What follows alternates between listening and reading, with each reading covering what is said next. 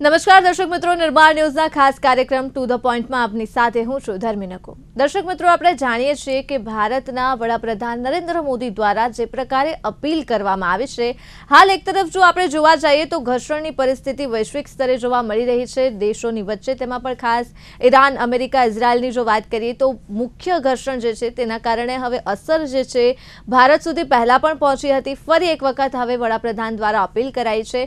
એટલે અનેક પ્રકારની જે તર્ક વિતર્ક છે ચાલી રહ્યા છે, અનેક પ્રકારની ચર્ચાઓ ચાલી રહી છે। છેલ્લા કેટલાક દિવસથી જ્યારથી વડાપ્રધાને અપીલ કરી છે ત્યારથી અનેક પ્રકારની ચર્ચાઓ જાગી છે। ખાસ કરીને જો સોનાની વાત કરીએ તો સોનું ન ખરીદવા માટેની સલાહ આપવામાં આવી છે। એટલે હવે સોનું ન ખરીદ્યા બાદ કયા પ્રકારે નુકસાન થશે, ફાયદો થશે, સોનાના જે વેપારીઓ છે, સોનાના જે ડીલર્સ છે તેમાં કયા પ્રકારે અત્યારે હલનચલન આ સેક્ટરમાં જોવા મળી છે અપીલના કારણે। બીજી તરફ સામાન્ય નાગરિકોમાં, ગ્રાહકોમાં કયા પ્રકારે વલણ છે અપીલ કર્યા બાદ, અને આ સિવાય પણ અનેક પ્રકારની અપીલ વડાપ્રધાન દ્વારા જ્યારે કરવામાં આવી છે પેટ્રોલ ડીઝલને ઓછો વાપરવા માટે, વર્ક ફ્રોમ હોમ વર્ક કરવા માટે એમને અપીલ કરી છે। અને સાથે જ આપણે જાણીએ છીએ કે ગઈકાલે જે પ્રકારે મધ્યરાત્રિએ ભાવ વધ્યા છે પેટ્રોલ ડીઝલના, તેના ઉપર પણ ચર્ચા કરવી છે। ચર્ચા કરવા માટે આપણી સાથે જોડાયા છે સૌથી પહેલા નૈનેશ પચ્ચીગર કે જેઓ આઈબીજે ગુજરાતના પ્રમુખ છે, અને સાથે જોડાયા છે સીએ નીતિન પાઠક કે જેઓ આર્થિક વિશ્લેષક છે। સૌપ્રથમ આપ બંને એક્સપર્ટનું હાર્દિક સ્વાગત છે નિર્માણ ન્યૂઝમાં। સૌથી પહેલા નીતિનભાઈ, શરૂઆત આપનાથી કરું। અત્યારે જે પ્રકારે નીતિનભાઈ અપીલ તો કરવામાં આવી છે વડાપ્રધાન દ્વારા, અપીલ કર્યા બાદ અનેક પ્રકારના ચેન્જીસ જોવા મળ્યા છે, આપણે આગળ પણ ચર્ચાઓ કરી છે। અત્યારની જો લેટેસ્ટ આપણે વાત કરીએ નીતિનભાઈ, તો કયા કયા પ્રકારના જે વલણો છે, સરકાર તરફથી પણ ક્યાંક નિર્ણય લેવામાં આવ્યા છે કે અમે અમારા કાફલામાં ગાડીઓ ઓછી કરીશું, જે સામાન્ય જનતા છે ક્યાંક રોષે ભરાઈ છે, ભાવ વધ્યા છે, સોનું ન ખરીદવાની અપીલ કરી છે, વર્ક ફ્રોમ હોમની અપીલ કરી છે, તેની વચ્ચે નીતિનભાઈ સૌથી પહેલા એ જણાવો, ઓવરઓલ અત્યારે અપીલ બાદ કેટલી ઇફેક્ટ જોવા મળી છે ઇન્ડિયામાં? એવું છે કે પહેલા તો ગવર્મેન્ટે કેમ અપીલ કરવી પડી, કયા સ્ટેજ પર આવ્યું, બરાબર? એક તો આ વોર જે વેસ્ટ ઈસ્ટની જે વોર છે એને લીધે આખા જ દરેક કન્ટ્રીમાં સપ્લાય ચેઇન અસર થઈ ગઈ છે। સપ્લાય ચેઇન એટલે ત્યાંથી જે માલ જે આવતો જતો હતો એ અટકી ગયો, એટલે 20% ક્રૂડ હતું એ જગ્યા પર આવતું હતું, એને લીધે અત્યારે પેટ્રોલ ને બધું ડીઝલ અત્યારે પણ આપણી પાસે શોર્ટ સપ્લાયમાં છે, એટલે આપણી પાસે સ્ટોકમાં છે એ વાપરીએ છીએ। એટલે ગવર્મેન્ટનું એવું કહેવું છે કે જો તમે પોલ કાર નહીં વાપરો, તમે આ બધું નહીં કરો તો આપણી પાસે પેટ્રોલ ખલાસ થઈ જશે। દરેક કન્ટ્રી પાસે પેટ્રોલનો જે સ્ટોક હોય એ ધીમે ધીમે ઓછો થતો જાય। બેઝિકલી ગવર્મેન્ટે જે પહેલું જ સ્ટેપ ગોલ્ડ બંધ કરવાનું કીધું, તો જે ગોલ્ડના જે સાહેબે કીધું, નૈમેશભાઈ કીધું કે અમે ક્રિકેટ મેચ રમવું પડશે, પણ ક્રિકેટ મેચ 10-15 દિવસથી વધારે રમવાનો વારો નહીં આવે, 10-15 દિવસમાં બધું ખતમ થઈ જશે। ગવર્મેન્ટે એટલા માટે કીધું કે આપણે જે ક્રૂડ છે એનું 20% આપણું જે છે, 85% આપણે ક્રૂડ ઇમ્પોર્ટ કરીએ છીએ। હવે ક્રૂડ ઇમ્પોર્ટ કરવા માટે જ્યારે 70થી $80 ભાવ હતો, એનો વધીને 100થી 115 થઈ જાય તો આપણે ડોલર ખરીદવા પડે। ડોલર ખરીદવાને લીધે શું થયું કે ડોલરનો ભાવ 85ની આસપાસ રહેતો હતો, એની જગ્યાએ 95 થઈ ગયો। હવે આપણે ગઈ વખતે જે ગોલ્ડ ઇમ્પોર્ટ કર્યું, હવે ગોલ્ડ ઇમ્પોર્ટના બી આપણે પૈસા આપીએ, આના બી પૈસા આપીએ, તો શું થતું હતું કે આપણા દેશને જે ભારણ છે એ બહુ વધી જતું હતું। એટલે ગવર્મેન્ટે એવું કીધું કે તમે અત્યારે ગોલ્ડ ન ખરીદો। ગોલ્ડ નહીં ખરીદવા માટેના કારણો છે કે જો $85 ભાવ, $95થી તમે જે રૂપિયાની તમે ખરીદી કરો તો તમને રૂપિયામાં એ આ બધો જ ભાવ જે છે તમારે બે મહિનાનો જ ખેલ છે, પછી પાછો 85 એટલે ગવર્મેન્ટ કે ના કે બધા જ નૈનેશભાઈ ને બધા કહેતા હતા કે હમણાં થોડા દિવસ ગોલ્ડ ના ખરીદો, તમારું જે ગોલ્ડ જે જૂનું છે એને રિપ્લેસ કરીને તમે વાપરો। કારણ કે તમે અત્યારે દરેક જ્વેલર્સ, તમે કોઈ બી જગ્યાએ જાઓ તો હમણાં બધા જ કહેતા હતા કે હમણાં ગોલ્ડ ના ખરીદો। તો ગોલ્ડ નહીં ખરીદવા પાછળનું કારણ એવું છે કે તમને મોનેટરી બી લોસ થશે। આ ઇસ્યુ 15 દિવસ, મહિનો, 2 મહિનાનો છે। એટલે તમે જુઓ તો જાપાનમાં અત્યારે આપણા દેશમાં ₹3 પેટ્રોલનો ભાવ વધાર્યો, આપણી પાસે જ્યારે ખરીદી કેટલાથી વધી ગઈ છે, ₹50 પર પેટ્રોલનો આપણી કોસ્ટ વધી ગઈ છે। $85 હતી એની 70થી 100 થઈ ગઈ, એટલે $30 એ પ્લસ આપણને એટલે 40% ભાવ વધારે. ગવર્મેન્ટે કેટલો વધાર્યો? 3 રૂપિયા. કેમ કે જો ગવર્મેન્ટ જેટલી ઇમ્પોર્ટ કરતી હતી એટલી કોસ્ટ જો વધારે તો આખું ઇન્ફ્લેશન વધી જાય. ઇન્ફ્લેશન વધી જાય આપણી ઇકોનોમી આખી ડોલડ્રમ થઈ જાય, શેર માર્કેટ અડધું તૂટી જાય. એટલે ગવર્મેન્ટે કીધું કે આને આપણે સ્ટેપ વાઇઝ છીએ. એટલે તમે પહેલો ક્વેશ્ચન એવો હતો કે મેં કીધું તમને કીધું કે ગવર્મેન્ટે કેમ સ્ટેપ લેવું પડ્યું. એનું રીઝન મેઇન એવું હતું કે આપણી પાસે 27 ફેબ્રુઆરી જ્યારે આ વોર ચાલુ થઈ ત્યારે આપણી જી. પાસે $728.5 બિલિયન ફોરેન એક્સચેન્જ રિઝર્વ હતું અને 1 મે એ ઘટીને $690.7 બિલિયન થઈ ગયું. એટલે $38 બિલિયન આપણા ઘટી ગયા. એટલે પર વીક કેટલા રૂપિયા છે? પર વીક $8 બિલિયન માર. એટલે ગવર્મેન્ટ ગભરાઈ. ગવર્મેન્ટે એટલા માટે કીધું કે ભાઈ હવે તમે ગોલ્ડને બાન કરી દો. ગોલ્ડ પર બધા જ લોકોને ગોલ્ડને બાનથી આપણને આમે નુકસાન જવાનું હતું અને આ બધી વસ્તુ થોડા પીરિયડમાં કવર થઈ જશે. અને જ્વેલર્સ બધી જ જ્વેલર ઇન્ડસ્ટ્રીવાળા કહેશે કે આપણે હવે મેચ છોડીને પાર્ટીઓ રાખીએ. એ હું તમને પ્રોમિસ આપું છું ઓકે. નેમેશભાઈને કે it's a question of 10 to 15 days, 20 days. Serve the બિલકુલ. કન્ટ્રી. ઓકે, તમને નીતિનભાઈ, સ્ટેટ આપણે નૈનેશભાઈ પાસેથી પણ આ ઉપર પ્રતિક્રિયા લઈ લઈએ. નૈનેશભાઈ, શું લાગે છે આજે અપીલ કરવામાં આવી છે? નીતિનભાઈ કહી રહ્યા છે કે 10 થી 15 દિવસ જ ક્રિકેટ રમશો, ત્યારબાદ ફરી પાર્ટી કરવી પડશે. આ પ્રકારની પરિસ્થિતિ નીતિનભાઈ કહી રહ્યા છે. તમારું શું માનવું છે? નૈનેશભાઈ, અપીલ કરવામાં આવી છે નરેન્દ્ર મોદી દ્વારા. આ મામલે સોનું ન ખરીદવાની વાતને આપ કેટલો સહકાર કરો છો? આપનું શું માનવું છે? નીતિનભાઈ ઇકોનોમિસ્ટ છે, એટલે એમની વાતને અમે સમર્થન પણ આપીએ છીએ, કારણ કે એમનું જે વિઝન છે કે કદાચ 15-20 દિવસમાં સર્વાઈવ થઈ જશે. એટલે અમારે ખાસ એમની જે ટિપ્પણી છે એના ઉપર ખરેખર અમે લોકો બહુ આશાવાદી છીએ. ને ખાસ કરીને જે પ્રધાનમંત્રી શ્રી જે 2 દિવસ કન્ટિન્યુઅસ અપીલ કરી ને આજે જ્વેલરી ઇન્ડસ્ટ્રી પણ જાણે છે ને આખું ઓલ ઓવર આપણું ભારત વર્ષ જાણે છે કે જે રીતે ક્રૂડ પછી જ્યારે ક્રૂડમાં આપણું ફોરેન એક્સચેન્જ વપરાય છે અને સેકન્ડ લાર્જેસ્ટ જો કહેવાય તો ગોલ્ડ ઇન્ડસ્ટ્રી છે, કારણ કે દર વર્ષે 800 ટન ગોલ્ડ આપણે ઇમ્પોર્ટ કરીએ છીએ. આપણે ત્યાં ટોટલી ગોલ્ડ ઇમ્પોર્ટ થાય છે. આપણી પાસે એવી કોઈ ખાણ નથી કે આપણે અહીંયાથી સોનું ઉત્પન્ન થાય છે. આપણે જે સોનું છે તે આપણે ઇમ્પોર્ટ જ કરવું પડે છે. એટલે 800 ટન સોનું ઇમ્પોર્ટ થાય છે. અને જ્વેલરી ઇન્ડસ્ટ્રી, જ્વેલર્સ અને દરેક જણા જાણે કે સૌથી વધુ આપણું વિદેશી હુંડિયામણ આ સોનામાં, ક્રૂડ પછી સોનામાં આપણું જાય છે. તો એ બાબતે જે વડાપ્રધાનશ્રીની ચિંતા છે એ જાયજ છે ને અમે લોકો પણ આ ચિંતાની સાથે એમની સાથે કદમ ટુ કદમ મિલાવવા નેશન ઇઝ ફર્સ્ટ એમ કરીને આજે અમે લોકો પોઝિટિવ રહીને કઈ નહીં, અમારા બિઝનેસ પર અસર થશે નો ડાઉટ. પરંતુ આ આપણો દેશ છે તે અત્યારે જે એમનું જે વિઝન છે પ્રધાનમંત્રીશ્રીનું કે આપણે 5 ટ્રિલિયન ઇકોનોમી તરફ જઈશું ને સૌથી લાર્જેસ્ટ ઇકોનોમી આપણું ભારત વર્ષ બનશે, એની સાથે અમે અમારી ઇન્ડસ્ટ્રીના ભોગે પણ કે ભાઈ અમે કદાચ થોડો વખત માટે અમારો બિઝનેસ કદાચ ડલ પડે તો કોઈ વાંધો નહીં, પણ જો પ્રધાનમંત્રીશ્રીનું જે વિઝન છે, એમનું જે કહેવાનું તાત્પર્ય છે કે એમને જે સોના પ્રત્યે એવું કીધું કે સંયમ રાખીને તમે ખરીદ્યો, કે નહીં ખરીદો એવું નથી કીધું, સંયમ રાખીને ખરીદો. ને એમને બીજા દિવસે એમને થોડુંક એમના સ્ટેટમેન્ટમાં ચેન્જ કર્યું. એમને પહેલા દાગીના કીધું હતું, પણ બીજા દિવસે પ્રધાનમંત્રીશ્રીએ તો કે સોનું. ને અમે લોકો કે બુલિયન, લોકો બુલિયન નહીં ખરીદે કારણ કે બુલિયન એ લોકરમાં જ જવાનું છે.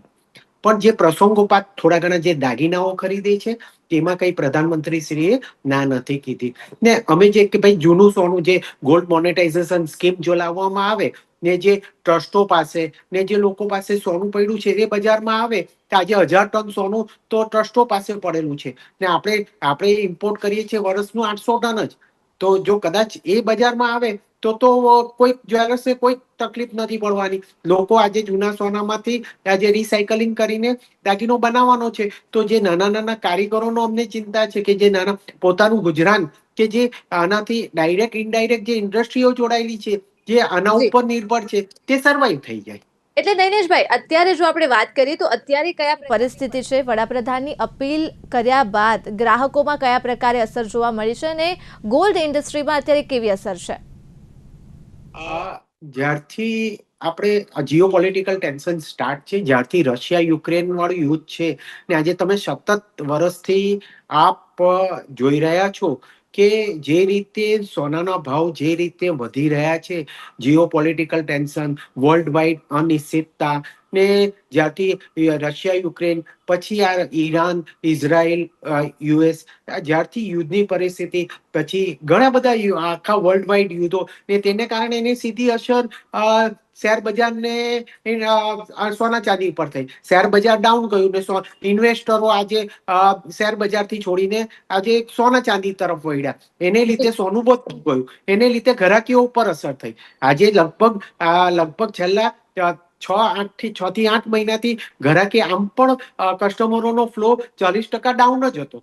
પણ જેવું પ્રધાનમંત્રી છે 2-3 દિવસ પહેલા જે સ્ટેટમેન્ટ આપ્યું એનાથી ને તરત જ બીજે દિવસે ગવર્મેન્ટે એના ઉપર એક્શન લીધા ને ડ્યુટી સીધી 6% ની 15% કરવામાં આવી. એટલે સોનું અને ચાંદી એક પાછા વધી ગયા ને આજે જે આગલે જયારે એમનું સ્ટેટમેન્ટ આવ્યું તે દિવસે સોનાના ભાવ લગભગ 1,52,000 ની આજુબાજુ ને અત્યારે 1,65,000. એટલે આમ ઓવરઓલ વધી ગયું, લેબર કોસ્ટિંગ વધી ગઈ, એટલે ગ્રાહકો આમ પણ ઓછા થઈ ગયા ને એમની આજે અપીલ પછી લગભગ 20-30% ઓર ઘટાડો આવ્યો. એટલે અત્યારે કોઈ પણ શોરૂમોમાં જોઈએ તો ઘરાકી એકદમ પાકી થઈ ગઈ. બિલકુલ.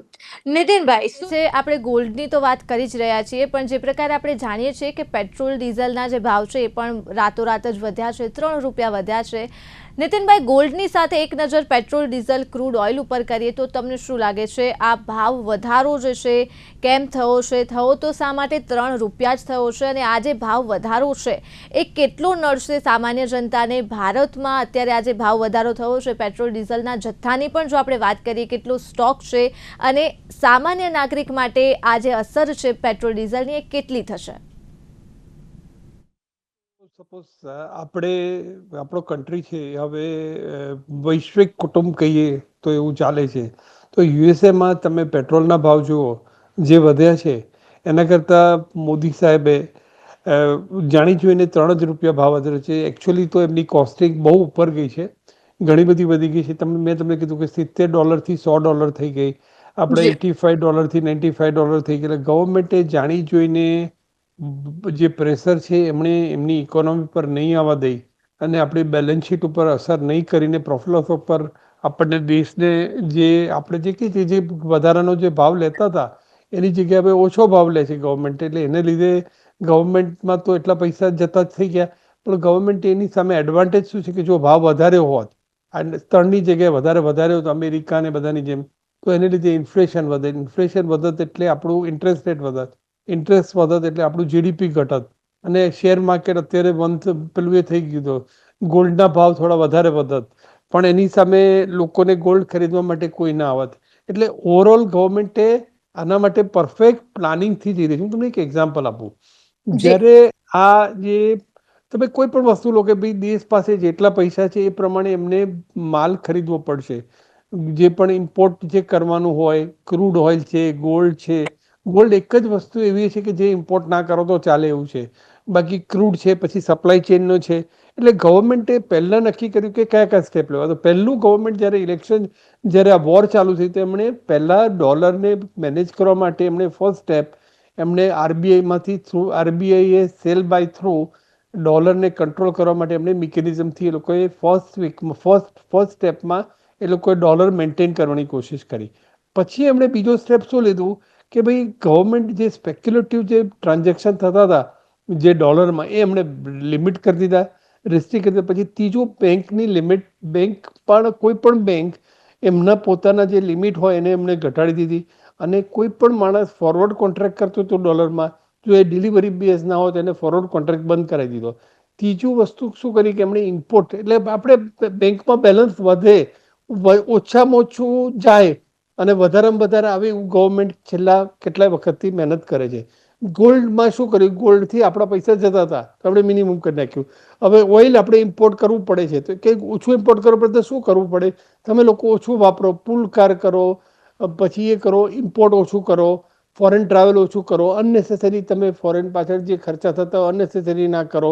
એવું બધું ગવર્મેન્ટે સીધું એક એક કરીને સ્ટેપ લીધું. હવે આ પરિસ્થિતિ એવી આવી ગઈ છે કે હવે એમને બાન કરવું પડશે.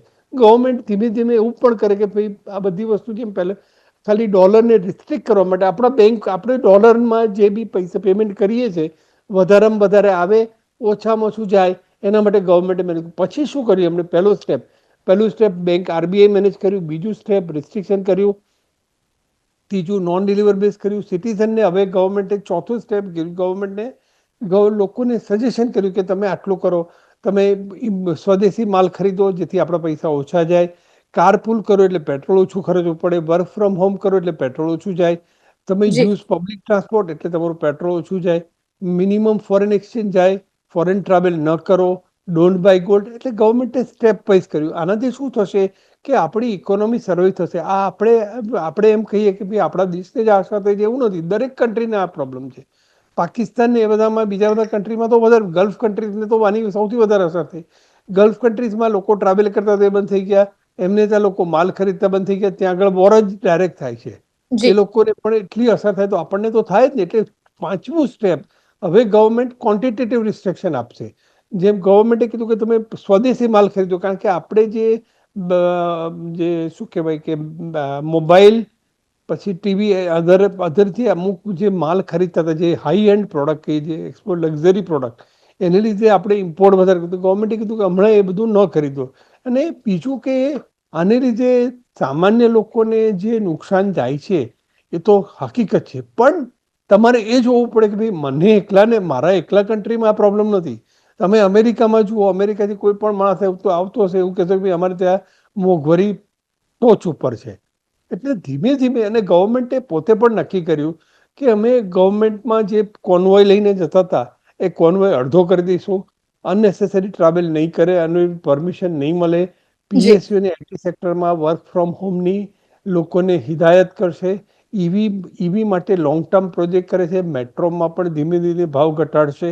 ભાઈ તમે મેટ્રોમાં જાઓ, કન્સેશન આપીશું, એડિશનલ સપોર્ટ એન્કરેજિંગ રેલવે. પહેલાં અત્યારે ગવર્મેન્ટ એવું કીધું કે અમારે, તમે ટ્રકમાં માલ મોકલો છો એની જગ્યાએ રેલવેમાં માલ મોકલો.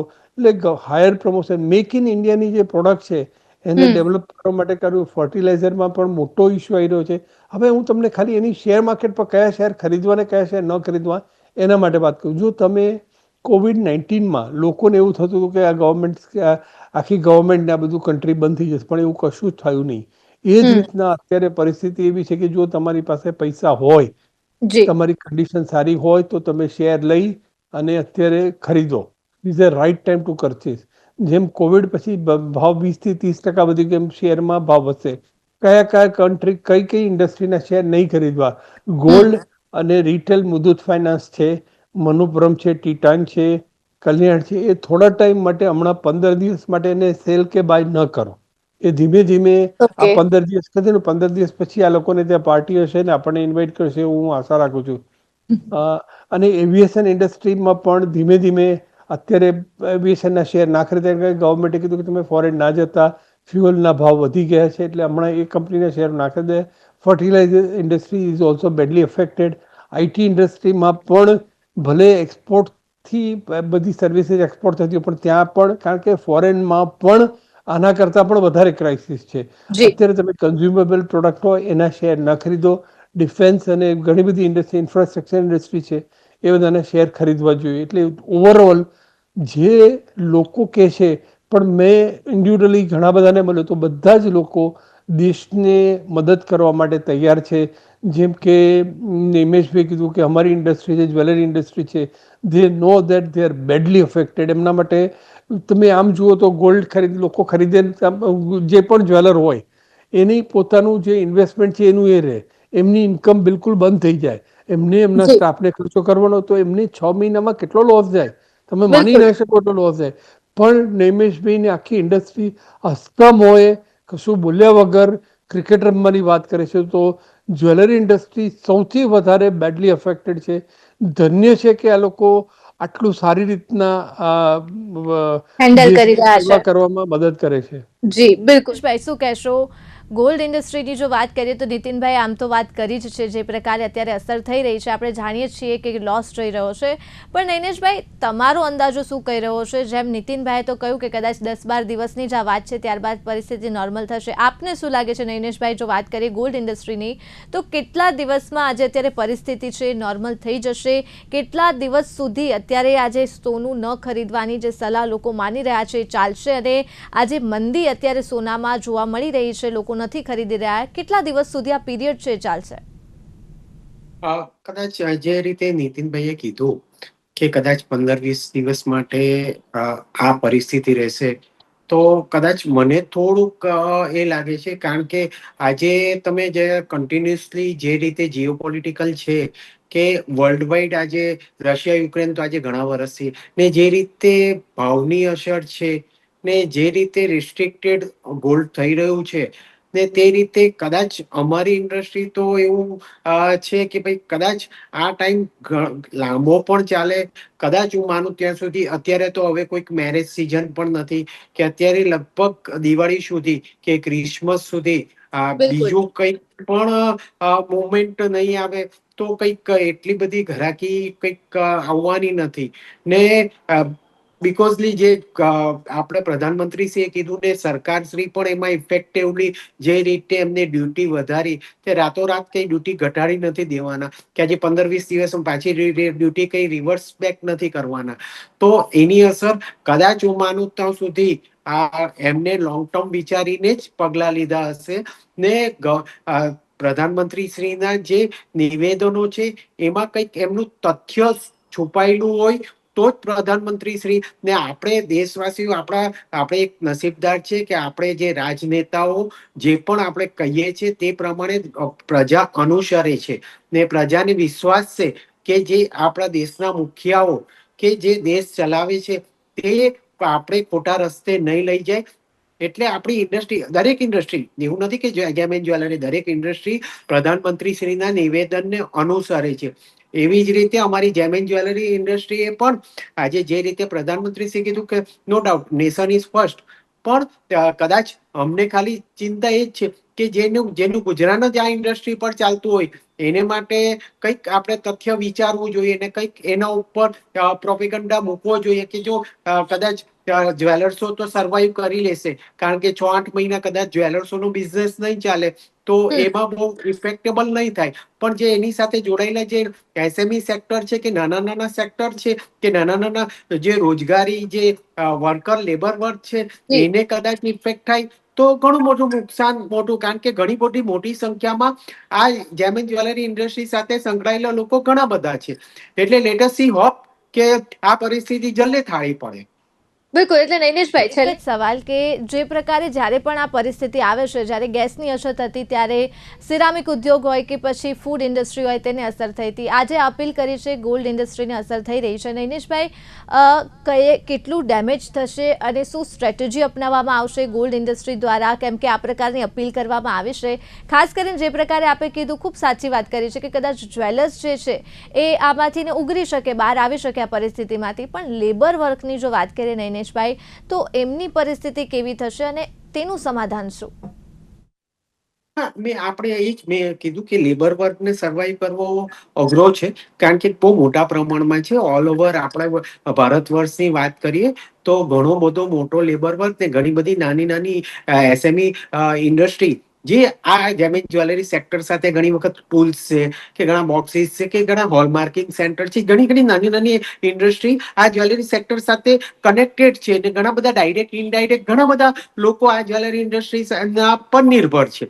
એડવર્ટાઇઝિંગ છે કે ઘણા બધા ફેક્ટરો એવા છે કે જે નાના નાના ઉદ્યમી છે, નાના નાના માણસો છે જે આ ઇન્ડસ્ટ્રી પર જ નિર્ભર છે. એ કદાચ એને સર્વાઈવ કરવું કદાચ અઘરું પડે. તો કદાચ જો સરકાર, એમાં અમે લોકોએ ઘણી બધા એમને પ્રસ્તાવો રાખ્યા છે સરકારશ્રીને કે કંઈક જેવી રીતે ગોલ્ડ મોનેટાઇઝેશન સ્કીમ લાવવામાં આવે ને કંઈક રીતે, જે રીતે મેં કીધું કે 1000 ટન સોનું જો આ ટ્રસ્ટો પાસે ને લોકોના ઘરોમાં પડેલું છે, જો એ બજારમાં લાવવામાં આવે તો જે લેબર વર્કનો જે પ્રોબ્લેમ છે કદાચ કોઈ પ્રસંગોપાત નાનું મોટું બનાવશે ને પોતાના જૂના સોનું તો એ જે લેબર વર્કનું જે કામ છે તે કન્ટિન્યુઅસ રહે. ને જ્વેલર્સો ને એમાં કોઈક એ છે નહીં. અમે તો સરકારશ્રીની કોઈ પણ એમના જે નિવેદનો છે કે સરકારશ્રીના જે પણ લક્ષ્યો છે એ અમે લોકો સર્વાઈવ કરવા તૈયાર, કારણ કે આજે સૌથી જીડીપીમાં કહીએ તો સૌથી વધારે જો હિસ્સો જેમ એન્ડ જ્વેલરી સેક્ટરનો હોય ને સૌથી વધારે જો એક્સપોર્ટ પણ જેમ એન્ડ જ્વેલરી સેક્ટરનો હોય, તો સરકારશ્રીએ જો આ વાત પર ધ્યાન આપે બિલકુલ, તો બિલકુલ. ઘણું આ ઉઘરી જાય, આ ઇન્ડસ્ટ્રી ઉઘરી જાય. જી ભાઈ, છેલ્લે સમયનો ખૂબ અભાવ છે. નીતિનભાઈ, ટૂંકમાં આપની પાસેથી જાણવા માંગીશ, આ સમગ્ર પરિસ્થિતિમાં અત્યારે આપ શું આશા રાખી શકો છો? હવે ગવર્મેન્ટ જે છે કયા પ્રકારની સ્ટ્રેટેજી બનાવશે, સેન્ટ્રલ ગવર્મેન્ટની જો વાત કરીએ તો, અને એઝ અ આર્થિક વિશ્લેષક નીતિનભાઈ, આપનું શું માનવું છે કે આ પરિસ્થિતિમાં ગવર્મેન્ટે શું કરવું જોઈએ અને સામાન્ય નાગરિકોએ કયા પ્રકારે અત્યારે વર્તન કરવું જોઈએ? તો સામાન્ય નાગરિકોએ સમજવું જોઈએ કે આખા ઇન્ડિયામાં, આખા વર્લ્ડમાં આપણો ઇન્ડિયા એક જ એવો કન્ટ્રી નથી કે જે બેડલી અફેક્ટેડ છે. બધા જ કન્ટ્રીમાં અસર છે, ઇન્ક્લુડિંગ અમેરિકા. એટલે અત્યારે ટ્રમ્પ અને ઈરાન ઉપર પ્રેશર છે કે આ બધું વોર ગમે તેમ જલ્દી કરીને ખતમ કરો. એટલે ડેમેજ બી મને પણ ટેન્શન થાય છે કે આ વોર જેટલી ખતમ થાય છે, બોલવું સહેલું છે સાહેબ, ખબર પડે ક્યારે બંધ થશે તો આપણને કોઈ આઈડિયા જ નથી. એટલે હું તમને આશ્વાસન જ આપતો હતો, મને આશા વધારે હતી અને હોપમાં જીવતો હતો, એટલે રિયાલિટી તો ખબર નથી. અને જે માણસને જ્વેલર્સને વધારે અસર થઈ, હું સમજી શકું છું. ગવર્મેન્ટ એના માટે કંઈક સ્ટેપ પણ લેવા જોઈએ. પણ ગવર્મેન્ટ ધીમે ધીમે એવું પણ ખરીદી શકે, ગોલ્ડ પરચેસ પર બાન મૂકે, વર્ક ફ્રોમ હોમ કમ્પલસરી કરી શકે, ફ્યુઅલનું રેશનિંગ થાય, ફોરેન ટ્રાવેલ રેસ્ટ્રિક્શન થાય, નો લોકડાઉન જેવી પરિસ્થિતિ, ઘણી બધી વસ્તુમાં ઇમ્પોર્ટ પર બાન આવે. જો આ લાંબુ ચાલશે તો આવી રીતના કરવું પડશે. ખૂબ ખૂબ આભાર નીતિનભાઈ, નૈનેશભાઈ, આપ બંને એક્સપર્ટનો અમારી સાથે જોડાવા બદલ, ચર્ચા કરવા બદલ ફરી એક વખત આપનો ખૂબ ખૂબ આભાર. તો દર્શક મિત્રો, આજના વિષયમાં ચર્ચામાં માત્ર આટલું જ. ફરી મળીશ એક નવા વિષય સાથે. હાલ મને આપશો રજા. નમસ્કાર.